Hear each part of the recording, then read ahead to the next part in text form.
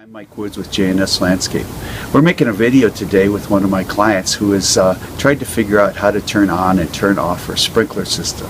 She's working through it. She's made great progress, and along with her and her trusty iPhone, we're creating a little video that can help you turn your sprinklers on and turn them off successfully each year. If you have questions or you need repairs, call us at J&S Landscape 303-472-1096. Thanks for looking at our video. The purpose of this video is to help you turn your sprinkler system on in the springtime. You want to do that once all danger of frost has passed. If you want to start watering before that occurs, you can simply wrap that outside pipe called your pressure vacuum breaker. It's copper or PVC, and it's coming out the side of your house.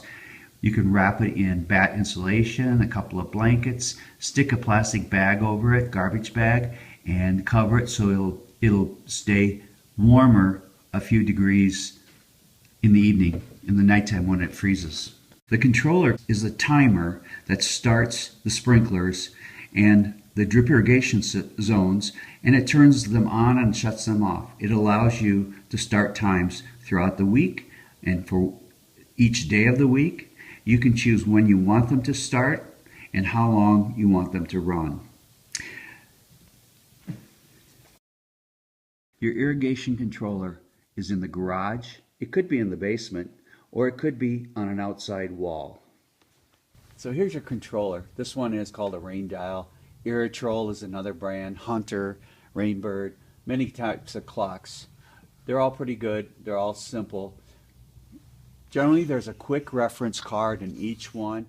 You can go online and look for how to run your system by just putting in the brand of your clock and maybe the model number. In every clock, there's a face that opens up, and there's a 9-volt battery that powers your system for 1 year. It holds the memory, so if you've put in 10 minutes on a zone, it's going to remember 10 minutes.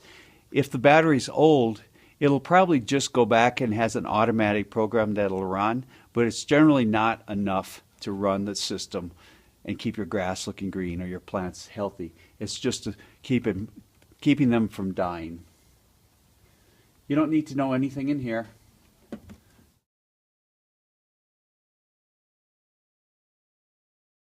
Turn your switch from off to run on. If the cycles are the same as last year, you're pretty much done working with your clock or controller. If the cycles need to be changed, you'll need to learn how to do that or read your instruction manual, as clocks vary quite a bit. Your landscaper might be able to help you as well. Okay, now it looks like you've got your irrigation controller turned on. That's great. We're doing fine so far. It is going to send messages to the rest of the system, but nothing's going to happen until we've turned your water on. The next part of the video is going to be about how to turn the water on in your house.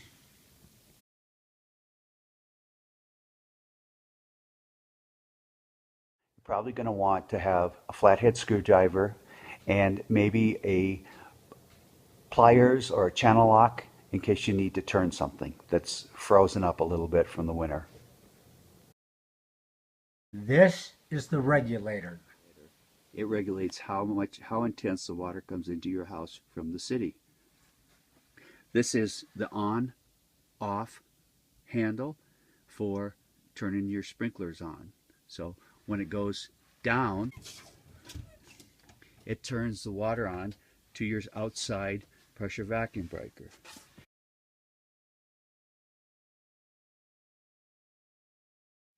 So down here at the bottom of this pressure valve, you notice this is where the water comes into your house. This is very, very important to know. If something ever happens outside, inside the house that you can't turn off from inside the house, you can always turn it off here.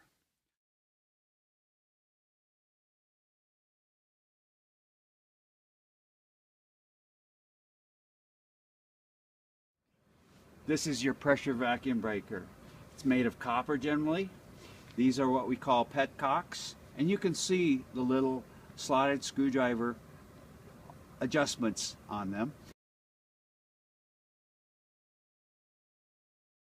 You can see that it has big handles here and harder to see, but there's another big handle back here.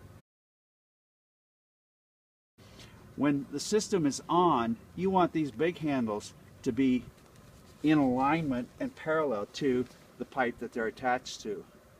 You'll also want to take the petcocks and turn them also so that they're parallel with the pipe here and the pipe here, and that turns them off.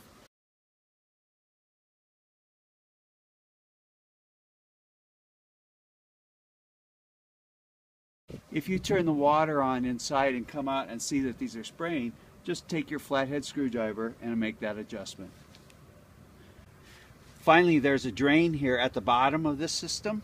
Some of them have that, some do not. And this area up here is your bell valve, and sometimes that can crack. There's easy replacement parts to get at an irrigation supply store.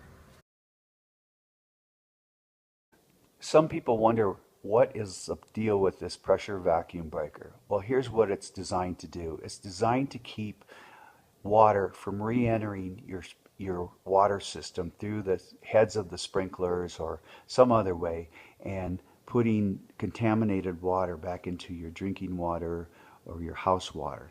So it's a very, very essential thing for the health of your family, and you want to make sure that it's kept up to date and always working.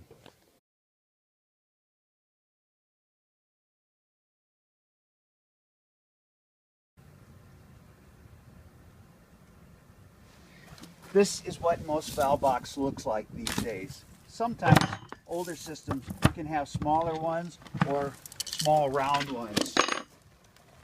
What we want to look for in your valve box that's important for you is a handle that turns off a drain. So when you turn your system on in the spring, you want to keep it from blowing water out after you've turned on the water.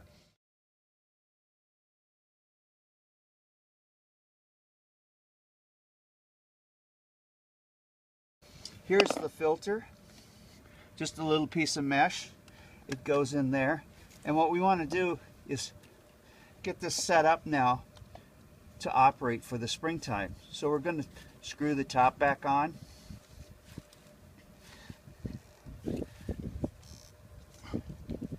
And you notice there's a little ball valve in here. Maybe you can see it. And there's an adjustment that closes and opens it. You want it closed.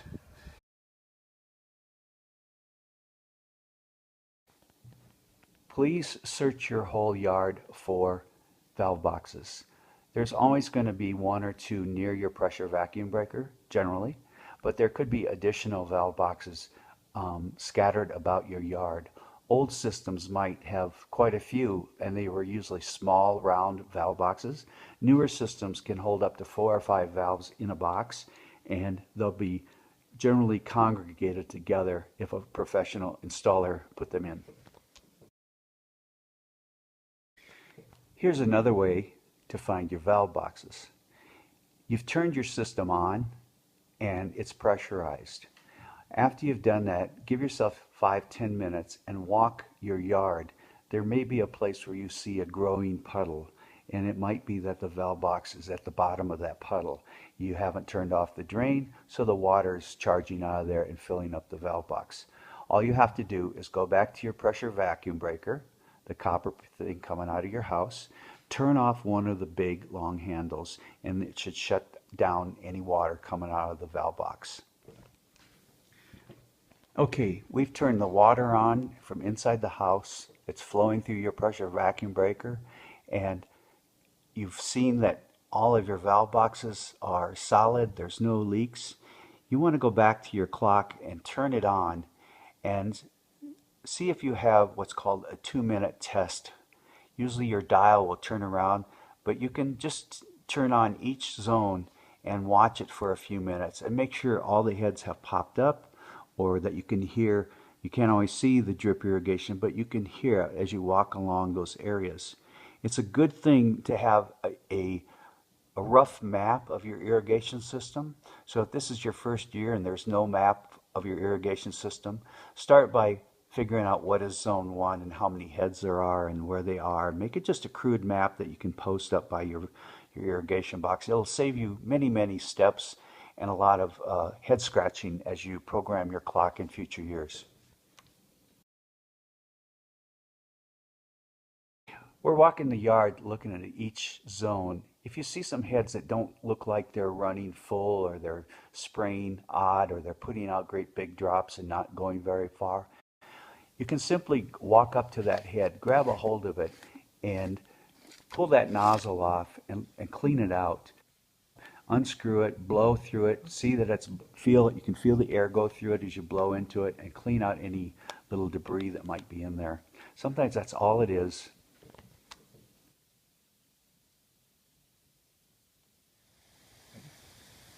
So if you notice, this head can be adjusted. Right now it's not spraying, it's full diameter here. There's usually a collar below the nozzle that can be adjusted so that you're getting full coverage to the sides. You can also take and ratchet this so it hits back over here. So you can also adjust the nozzle to spray out farther, up to a point, and simply with a small screwdriver to open it up or close it up. Each head is also marked, or each nozzle rather, is marked. This is a 15-foot. It's very hard to see, and it's called the VAN, a V-A-N, variable angle nozzle. These nozzles simply screw off. And the collar I spoke of is in here. That's the adjustable part of it. They screw back on. There's also a little filter which you can blow out. We are people who can come out and work on your sprinklers or work on anything. We do complete landscape design. We have complete landscape installation services, and you can reach us at 303-472-1096. Thank you.